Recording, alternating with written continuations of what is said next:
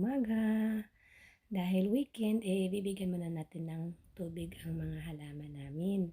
So, kung ako ay gulay or flower lovers, kabaliktaran naman kay Mister. Ito naman ang mga collection ng aking asawa na simula nung magkakilala kami, matatagal na itong mga halaman niya. Pinadami ko lang nung dumating ako dito sa Sweden.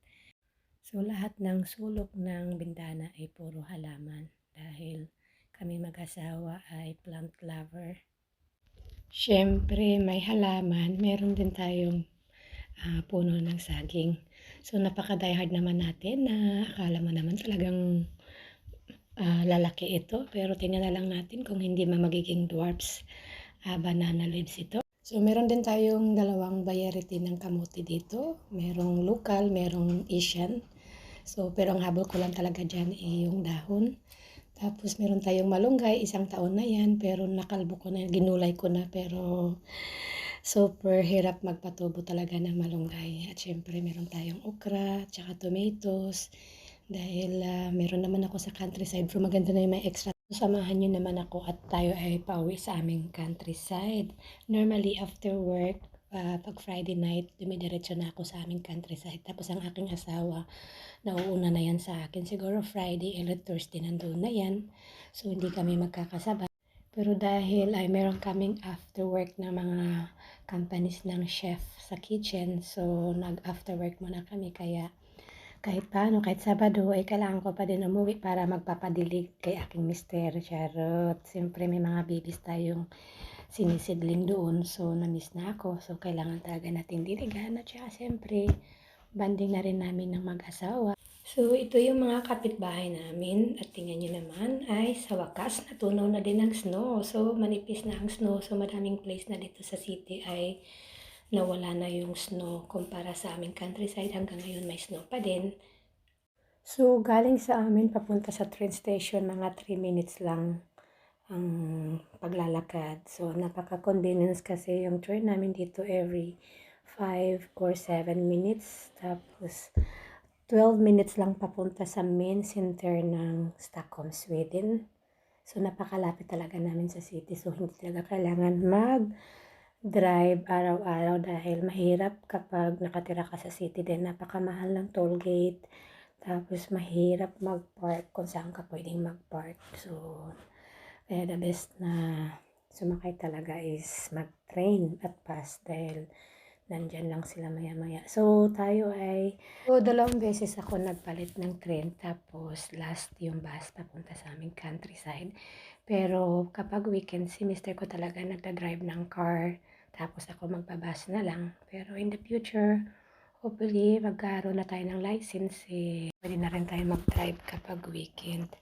So, ayan, talagang umuwi kami sa aming countryside kapag weekend dahil ayaw namin sa condo dahil wala naman kaming magagawa doon. Puro building, ayan, maglalakad ka sa city, anong pwede mong paglilibangan. So, mas gusto talaga namin kapag nasa countryside kami kasi pwede kang madami ka nagagawa doon. Pwede kang mag-renovate ng bahay o kaya mag-garden, mag-fishing. Napaka-relaxing talaga pagdating sa countryside kumpara tumira sa madaming bahay na building. So, dito tayo sumasakay ng papunta ng aming countryside. So, yun, double deck yung bus nila kaya sobrang relaxing din naman talaga.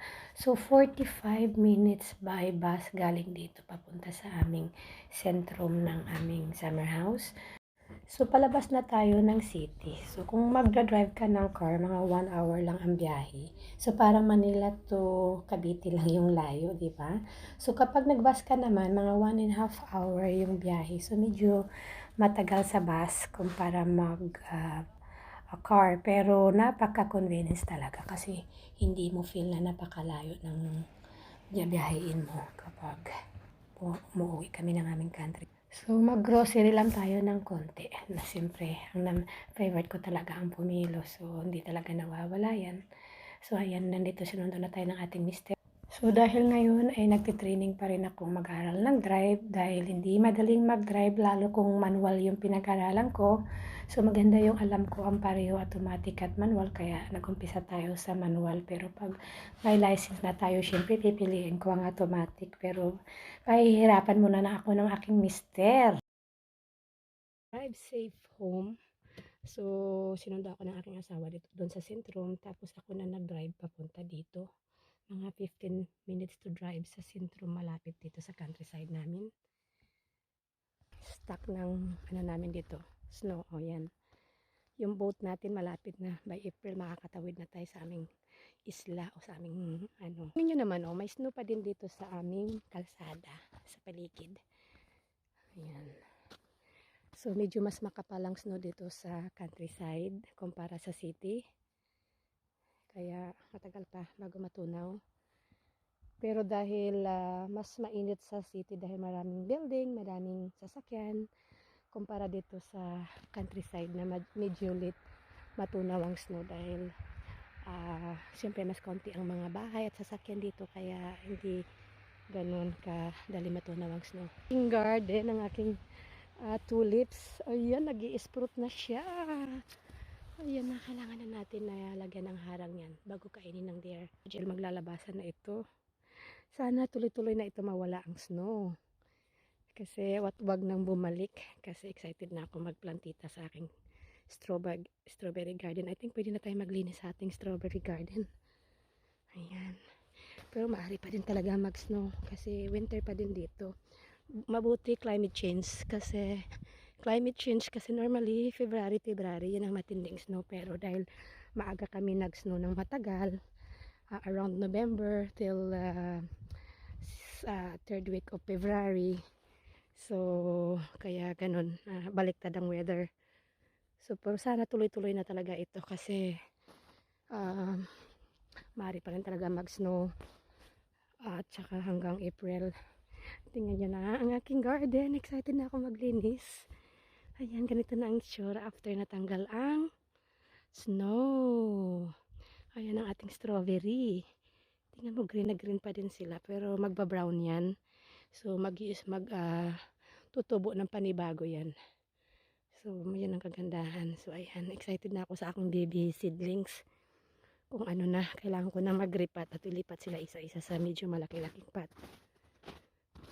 So, Mommy is back. How are you doing? Wow, such a lovely surprise. My husband is very, very supported. And look at that. He already assembled one of my tree strand to where I can put my seedlings in this tray.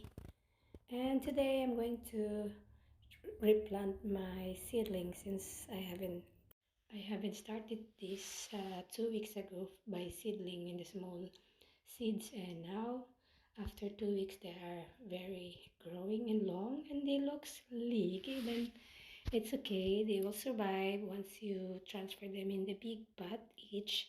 Then they are looking healthy and good again. So now I transferring them in the big pot and give them a nice treatment, and it's my day off and my stress reliever, so I spend my time to take good care of my.